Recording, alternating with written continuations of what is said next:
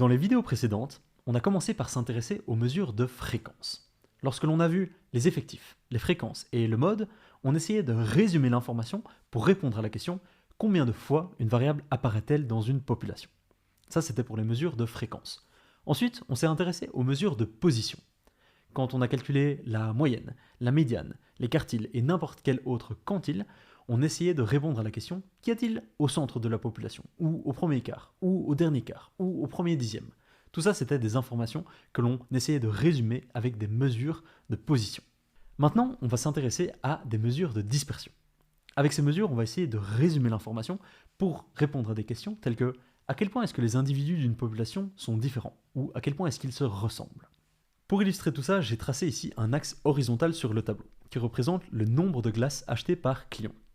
Une population dispersée, donc une population où les individus sont vraiment différents les uns des autres, ça ressemblerait à une population comme suit, où j'ai des individus qui prennent très peu de glace et où j'ai des individus qui prennent beaucoup de glace. Ça représente une population qui est dispersée. Voilà, tous les individus sont très différents les uns des autres. A contrario, une population où tous les individus se ressemblent, une population homogène, ça serait une population où, par exemple, tous les individus prennent beaucoup de glace. Ça, c'est un exemple de population qui n'est pas très dispersée.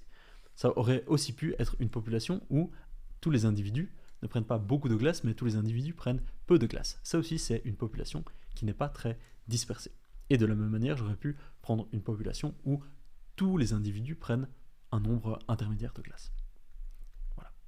Ça correspond à une population qui n'est pas dispersée. Il est maintenant question de quantifier, de résumer cette dispersion. Et une première mesure pour quantifier cette dispersion, ça s'appelle l'étendue. On va reprendre ici notre exemple de magasin de glace. Et pour la variable glace achetée, j'ai envie de calculer mon étendue. Et l'étendue, elle va me permettre de savoir si mes clients, ils sont plus ou moins les mêmes, est-ce qu'ils achètent le même nombre de glaces ou est-ce qu'ils sont différents. Est-ce que certains achètent beaucoup de glace et est-ce que certains achètent une glace ou deux ou trois, donc peu de glace. Pour calculer l'étendue, ce que je dois faire, c'est faire la différence entre le maximum et le minimum.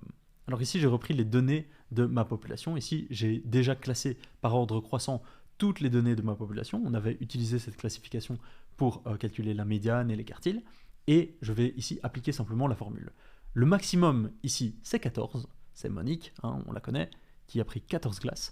Donc ça, c'est le maximum pour cette variable. Et le minimum, eh bien le minimum, c'est 1. Donc si je prends mes deux valeurs extrêmes, le maximum et le minimum, et je vais calculer leur différence.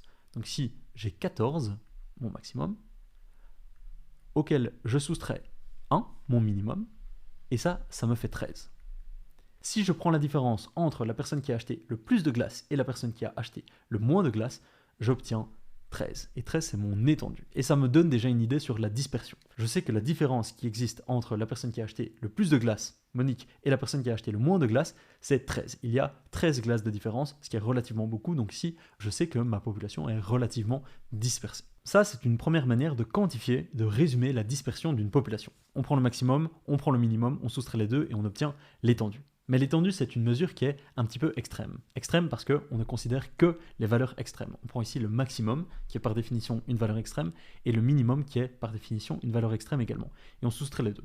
Donc c'est une mesure qui est extrême. On ne regarde que les extrêmes de la population. C'est une information intéressante, mais il pourrait aussi être utile de quantifier cette dispersion en omettant les valeurs extrêmes. Et c'est là qu'intervient l'écart interquartile.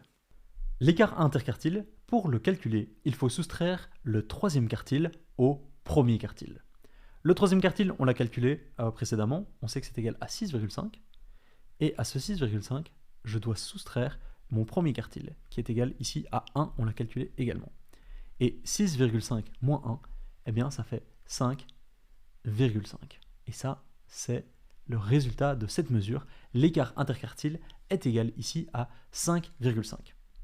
D'une certaine manière, l'écart interquartile, il quantifie à quel point mes 25% meilleurs clients sont différents de mes 25% pires clients. Il y a en vérité 5,5 glaces qui les séparent. Ça, c'est ce qui sépare mes 25% meilleurs clients et mes 25% pires clients. Et on le calcule avec l'écart interquartile.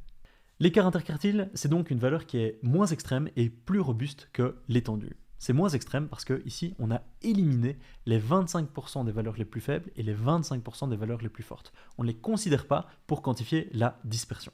Et c'est ça qui rend cette mesure moins extrême et plus robuste. Et ici, comme à chaque fois, il y a des avantages et des inconvénients avec chacune des mesures. Avec l'écart interquartile, c'est vrai, on a une mesure qui est plus robuste, mais on perd l'information qui était contenue dans les valeurs extrêmes. Donc on a aussi une perte d'information. De manière générale donc, comme à chaque fois, si on veut correctement résumer l'information, le mieux c'est de faire un maximum de mesures. Donc on prend en compte et l'étendue et l'écart interquartile et on sait interpréter ces deux mesures correctement. C'est tout pour cette vidéo, vous connaissez maintenant l'étendue et l'écart interquartile qui sont deux mesures pour quantifier la dispersion d'une population. On se retrouve dans la prochaine vidéo pour découvrir deux autres mesures qui, elles aussi, quantifient la dispersion d'une population. On se voit là-bas, à très vite.